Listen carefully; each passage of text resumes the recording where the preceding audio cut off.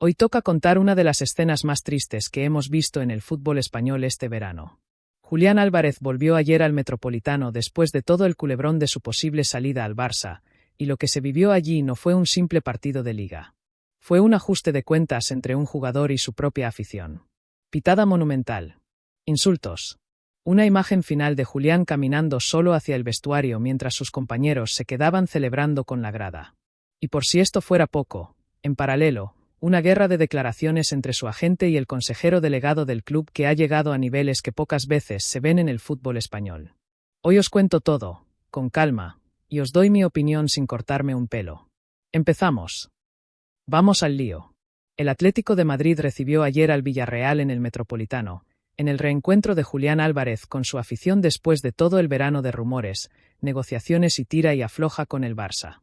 Y la respuesta del público, en cuanto el speaker del estadio anunció su nombre entre los suplentes, fue exactamente la que muchos esperaban, aunque quizás no con tanta intensidad.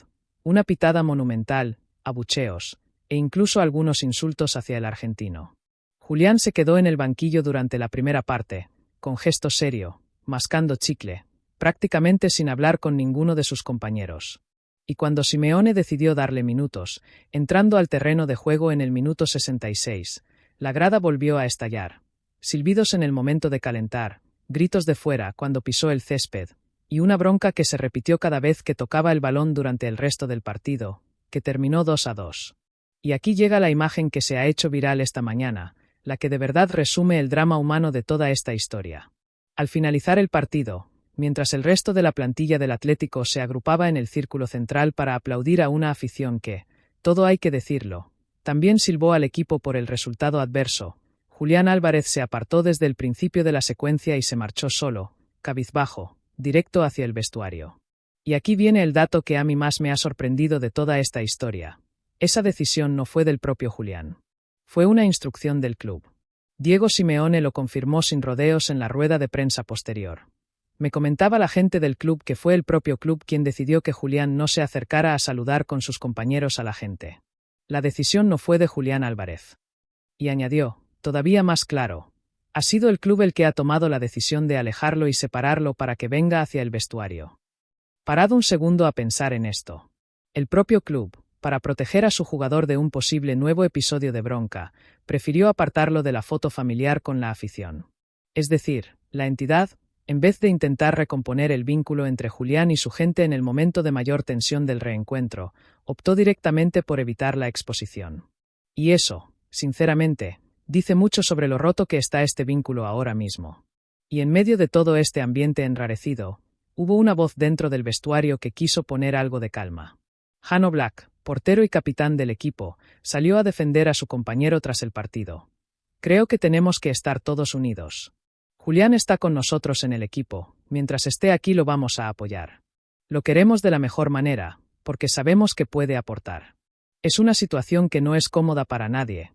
Ojalá se resuelva y todos estemos felices al final de temporada. Y esta frase, sinceramente, me parece de las más sensatas que se han dicho en todo este culebrón. Porque más allá de rencores, de pitadas, de guerras en redes sociales, el fútbol tiene una realidad muy simple. Si Julián se queda, el equipo necesita que rinda, y para rendir necesita un mínimo de paz interior. Y cuanto más se alargue este ambiente de hostilidad constante, más difícil será para el propio Atlético sacar rendimiento de una de sus mejores piezas. Y aquí, para entender bien todo lo que ha pasado después, hay que retroceder unos días. Según reveló Cadena SER a través de su programa El Larguero, Julián Álvarez habló directamente con sus compañeros de vestuario y admitió que no manejó de la mejor manera la negociación con el Barça. La frase que trascendió, recogida por el periodista Miguel Martín Talavera, fue que el propio jugador reconoció que se ha equivocado particularmente en las formas y en la manera de expresarse. Y aquí viene el contexto que lo explica todo. Julián sorprendió a todo el mundo tras la victoria de Argentina ante Austria en el Mundial, declarando públicamente que lo mejor para todos es una transferencia y quiero cumplir mi sueño. Una frase que, dicha en pleno subidón mundialista, con los micrófonos de medio planeta encima, encendió la mecha de todo lo que ha venido después, meses de rumores, de tira y afloja con el Barça, de un Atlético que se ha negado en redondo a negociar, y de una afición que se ha sentido traicionada por su propia estrella. Y esto, sinceramente, tiene su parte de justicia poética incómoda. Cuando tú, como jugador, sueltas una frase de esa magnitud en el momento de mayor exposición mediática posible, sin medir del todo las consecuencias, es normal que la reacción de la grada, cuando por fin te tiene delante otra vez, sea así de dura. No lo justifico del todo, porque los insultos nunca deberían tener cabida, pero sí entiendo la indignación de fondo. Aquí, aficionados, viene la parte más explosiva de todo este culebrón, la que ha estallado en las últimas horas. El consejero delegado del Atlético de Madrid, Miguel Ángel Gil Marín, habló con la agencia EFE defendiendo la continuidad de Julián, pero metiendo un dardo que no ha pasado nada desapercibido. Dijo textualmente: "El Atlético de Madrid, como todos los grandes clubes, se construye con grandes jugadores y Julián lo es, además de un gran profesional. Debemos competir con nuestros valores, con gente de la casa y con los mejores jugadores de fuera que podamos incorporar. Vamos a ayudar a Julián y le vamos a seguir cuidando para que pueda darnos todo su potencial, porque le necesitamos para seguir compitiendo entre los grandes de Europa". Hasta aquí, todo bonito, todo institucional. Pero entonces, Gil Marín soltó la frase que ha encendido la mecha. Debemos comprender que Julián no ha tenido cerca a los mejores consejeros sobre su carrera profesional en los últimos meses.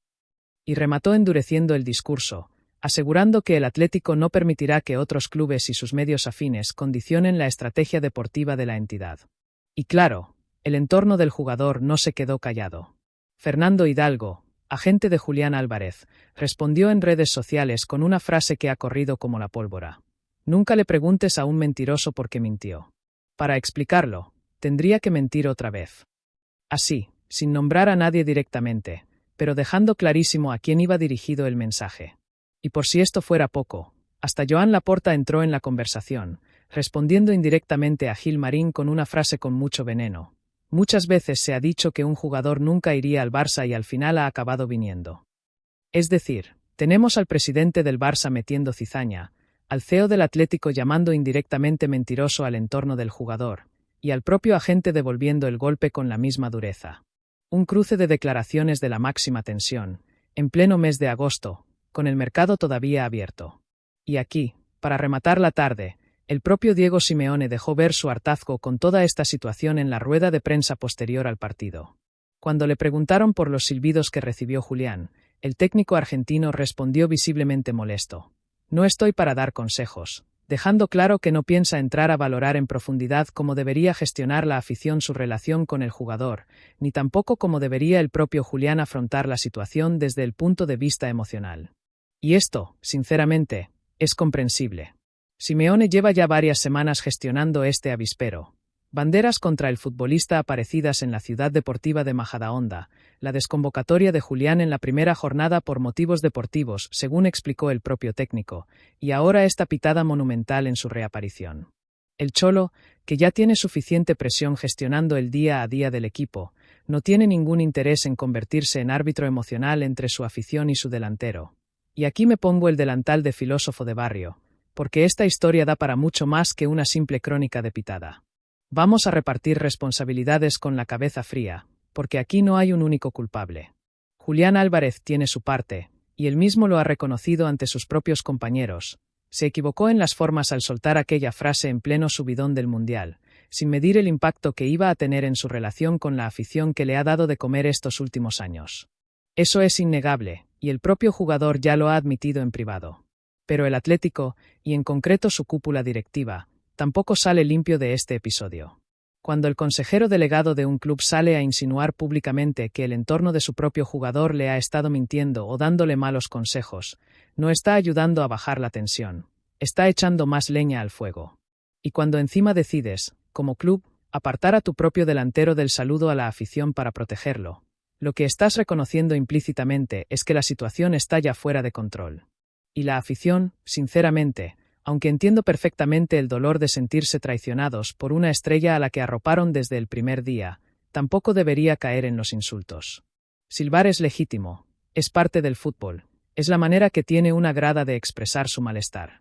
Pero cruzar la línea del insulto personal, eso ya es otra cosa, y no ayuda absolutamente a nada, ni siquiera a la causa que dicen defender. Y aquí, para cerrar el análisis de fondo, toca hablar del futuro. Según ha contado Gerard Romero en su canal de streaming, El interés del Barça por Julián Álvarez no se ha desvanecido en absoluto, pese a la negativa reiterada del Atlético. El propio Hansi Flick habría pedido a la directiva azulgrana que mantenga la presión hasta el último día del mercado. Es decir, esto todavía no está cerrado del todo, aunque el escenario más probable, a estas alturas, es que Julián termine quedándose en el Atlético esta temporada, atrapado entre su deseo de marcharse, el veto absoluto de su club, y ahora también el rechazo abierto de buena parte de su propia afición.